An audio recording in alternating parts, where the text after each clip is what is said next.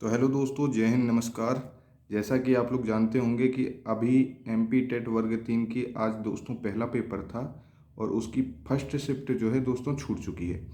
तो दोस्तों मैं फर्स्ट शिफ्ट का एनालिसिस लेकर आया हूँ और इतनी लेट वीडियो लाने का कारण ये है दोस्तों कि मैं क्वेश्चन कलेक्ट कर रहा था कि किस मतलब चैप्टर से कौन से क्वेश्चन आए हैं सब्जेक्ट वाइज, और ऑथेंटिक चूँकि दोस्तों मुझे आपके लिए लाना था, इसलिए मुझे थोड़ा समय लग गया है। चूँकि दोस्तों मेरे एक मित्र हैं, वो स्वयं उनका सागर सेंटर गया हुआ था, तो वो आज पेपर देने गए थे। तो मैंने उन्हीं से पूछा है और उनके दोस्तों यदि मैं आपको मार्क्स बता दूं तो 105 मार्क्स आए हैं। तो चलिए दोस्तों चर्चा कर लेते हैं हम लोग अपने सब्जेक्ट वाइज क्वेश्चनों की कि कहाँ से कितने प्रश्न पूछे गए हैं। तो दोस्तों यदि मैं ईवीएस की बात कर लूँ तो ईवीएस आज दोस्तों, जैसा कि मैंने पहले वीडियो में अपने कहा था कि आपको ब्रह्मांड के ज़्यादा चक्कर में पड़ना नहीं है, पहले भी मैं कह चुका हूँ। क्योंकि दोस्तों जब मैं 2020 में जो पुराना वाला एमपी टेट हुआ था वो देकर आया था, तो उस समय दोस्तों ब्रह्मांड से भर भर के क्वेश्चन पूछे जा रहे थे, सैटेलाइट वगैरह खूब पूछी जा रही थी। लेकिन इस बार दोस्तों आपके जो ब्रह्मांड से क्वेश्चन आ रहा है वो मुश्किल से 2 या 3 एवरेज करके दोस्तों इतना ही आ रहा है, और वो भी सिंपल ही पूछा जा रहा है। जैसा कि दोस्तों चंद्रयान 2 से क्वेश्चन आपके ईवीएस में आया हुआ है ब्रह्मांड से। इसके अलावा दोस्तों जल संरक्षण से क्वेश्चन आया है, ओजोन से क्वेश्चन आया है, और दोस्तों उसमें ओजोन दिवस पूछा गया है, ओजोन डे पूछा गया है। तो ये मान के चलिए कि आपसे इस शिफ्ट में ओजोन डे पूछा गया है, आगे आने वाले एग्जाम में आपसे ओजोन गैसें पूछी जा सकती हैं और ओजोन के बारे में और भी सब कुछ पूछा जा सकता है। तो आपको दोस्तों इन जो टॉपिकों को है जो मैं बता रहा हूँ, तो इनको कहाँ से आप लोग कवर करेंगे ये मैं आपको बाद में बता दूंगा। और दोस्तों वन उन्मूलन से क्वेश्चन आए हुए हैं, और दोस्तों डिसीजेस से क्वेश्चन आ रहे हैं, बीमारियां जो होती हैं। बीमारी दोस्तों ये आपके बायो से रिलेटेड चैप्टर होता है। इसमें ये पूछ लेते हैं कि जीवाणु जनित रोग कौन कौन से हैं, विषाणु जनित कौन कौन से हैं। लेकिन कई साथी इसमें बता रहे हैं कि बीमारी से जो क्वेश्चन आया है उसमें ये पूछ लिया है कि जैसे कि मलेरिया के लिए वैक्सीन कौन सी होगी, मतलब मलेरिया रोग के लिए जो रोग निवारण वैक्सीन है वो किससे होगी। और दोस्तों कई लोग ये बता रहे हैं कि ये जो रोग है, डिसीज है, ये किस से होता है, बैक्टीरिया से होता है, वायरस से होता है, प्रोटोजुआ से होता है, ये अलग अलग बता रहे हैं। तो आपको देखिए ये डिसीजेज वाला चैप्टर पूरा कंप्लीट कर लेना है। इसके अलावा दोस्तों हरित क्रांति के जनक पूछे गए हैं, भोपाल गैस त्रासदी पूछी गई है आपसे, भोपाल गैस त्रासदी के बारे में। तो ये जो दोस्तों हैं ये हमारे ईवीएस के पूरे जो अभी तक मुझे पता चल पाए हैं ये ईवीएस के टॉपिक हैं। तो ये मान के चलिए कि आपको ये ईवीएस के टॉपिक पूरी तरह कवर कर लेना है। क्योंकि दोस्तों कई बार पिछले एग्जामों में भी देखा गया है, जो पुराना एमपी टेट हुआ था, कि जब इतनी शिफ्टों में एग्जाम होता है तो आपके जो क्वेश्चन है वो रिपीट भी होने लगते हैं। तो आगे जिनके एग्जाम है दोस्तों वो लोग इसको हल्के में मत लें।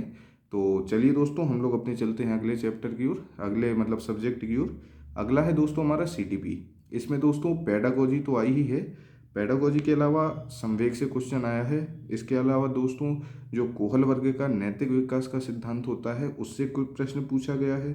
हावर्ड गार्डनर का दोस्तों जो बहुबुद्धि का सिद्धांत होता है तो उससे भी क्वेश्चन आया है। इसके अलावा दोस्तों समावेशी शिक्षा और कुछ जो अपने संज्ञानात्मक सिद्धांत हैं उससे क्वेश्चन पूछे गए हैं। तो ये मान के चलिए दोस्तों सीडीपी आपकी एवरेज आ रही है, ज़्यादा हार्ड नहीं है। हाँ पेडागोजी के क्वेश्चन दोस्तों कुछ देखने को मिल रहे हैं जो साथियों को समझ में नहीं आ रहे थे। तो वो तो दोस्तों देखिए होता है, पेडागोजी होती ही ऐसी है। लेकिन आपको प्रीवियस ईयर क्वेश्चनों की प्रैक्टिस लगातार करते रहना है। मैं पहले भी बता चुका हूँ, पेडागोजी जो आपकी मजबूत होगी वो वहीं से होगी। इसके अलावा दोस्तों यदि हिंदी में बात कर लूँ तो हिंदी में दोस्तों आपसे शीतलता, निर्बलता, इस तरह के जो इनके विलोम शब्द दोस्तों पूछे जा रहे हैं। इसके अलावा दोस्तों आपसे विसर्ग संधि भी पूछी गई है, जैसे अतएव करके पूछी गई है, मनोरथ करके पूछी गई है। इसका दोस्तों अतः धन एव होता है, मनोरथ का मनः धन रथ होता है, तो ये विसर्ग संधि पूछी गई है। इसके अलावा दोस्तों गद्यांश या पद्यांश भी आ रहे हैं। जैसा कि दोस्तों मैंने आपको प्रीवियस जो वीडियो है उसमें सजेस्ट किया था कि कृपया भाई लोग प्रीवियस ईयर क्वेश्चन पेपर लगाना शुरू कर दीजिए, क्योंकि प्रीवियस ईयर क्वेश्चन पेपर से काफ़ी आपको, मैं ये नहीं कहता कि एजेटेड आपको क्वेश्चन मिलेंगे, लेकिन दोस्तों आप विश्वास नहीं मानेंगे कि आज जो आपको गद्यांश देखने को मिला है ये नहीं मुझे पता गद्यांश है कि पद्यांश, लेकिन दो में से एक चीज़ ऐसी देखने को मिली है जो एमपी टेट वालों ने पुराने प्रीवियस ईयर क्वेश्चन की एजेटेड गद्यांश या पद्यांश दे दिया है। अब ये मुझे याद नहीं आ रहा दोस्तों कि गद्यांश है कि पद्यांश, लेकिन एक पूरा फुल्ली रिपीटेड क्वेश्चन है, पूरा पैसेज ही उनने रिपीट कर दिया है। तो इसीलिए दोस्तों आपको प्रीवियस ईयर क्वेश्चन पेपर लगाना अनिवार्य रहता है। इसके अलावा दोस्तों प्रत्यय से 3 क्वेश्चन आए हैं, जो उपसर्ग प्रत्यय होते हैं, तो प्रत्यय से इस बार पूछा है। तो ये मान के चलिए जब प्रत्यय से पूछा है तो आगे वाली शिफ्टों में उपसर्ग से भी पूछा जा सकता है। तो ये हो गया दोस्तों हमारा टोटल हिंदी का।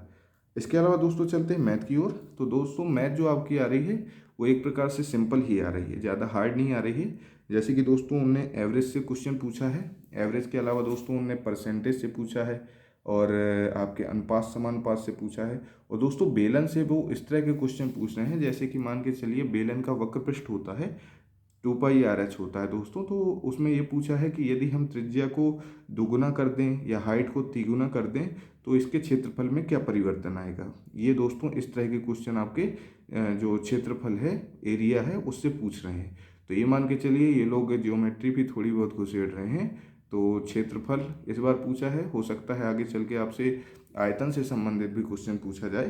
तो उसके लिए दोस्तों मैं आपको रात में आपको बता दूंगा कि आपको ये चीज़ें कंप्लीट करनी कहाँ से है।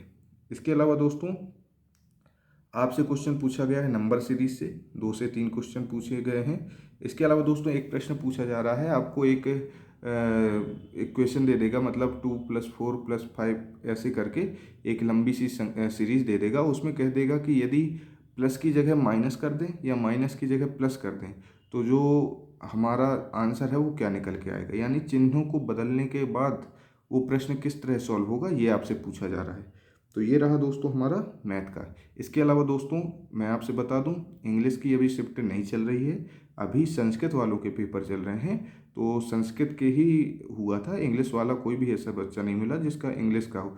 तो इंग्लिश वाले साथी परेशान मत हो, अभी संस्कृत का चल रहा है। और संस्कृत में जो दोस्तों प्रश्न पूछे गए हैं वो आकार आपके लकार संबंधित है, और दोस्तों उसमें जो रूप होते हैं उससे भी प्रश्न देखने को मिले हैं। इसके अलावा दोस्तों आपको गद्यांश या पद्यांश देखने को मिला है। और दोस्तों यदि मैं ओवरऑल सब्जेक्ट में बात कर लूँ पेडागोजी की, तो पेडागोजी में दोस्तों ये मान के चलिए कि पेडागोजी का ये कोई निश्चित नहीं है कि 15 नंबर का आपका कंटेंट आएगा और 15 नंबर का पेडागोजी आएगा। अलग अलग एवरेज वाइज चल रहा है। कहीं दोस्तों 20 से क्वेश्चन कंटेंट के पूछ लिए, 10 ही क्वेश्चन पेडागोजी के पूछे, लेकिन ओवरऑल एवरेज यदि माने तो 65 से 70 क्वेश्चन पेडागोजी के आपके आ रहे हैं। तो दोस्तों ये रहा हमारा फर्स्ट शिफ्ट का पूरा एनालिसिस। ये विश्वास मानिएगा ये पूरा दोस्तों ऑथेंटिक है, और मेरे खुद जो बहुत ज़्यादा विश्वसनीय मित्र हैं जो देकर आए हैं उन्हीं से मैंने पता लगाया है। तो आप इसको विश्वास मानिए, और अपने इन टॉपिक को यदि आप लोग इसको अपनी तरफ से कंप्लीट करें तो कर लीजिएगा। बाकी मैं आपको रात में बता दूंगा कि आपको ये टॉपिक कहाँ से और किस माध्यम से उपलब्ध हो जाएंगे। तो चलिए दोस्तों मिलते हैं हम लोग अपनी नेक्स्ट वीडियो में, तब तक के लिए जय हिंद, नमस्कार।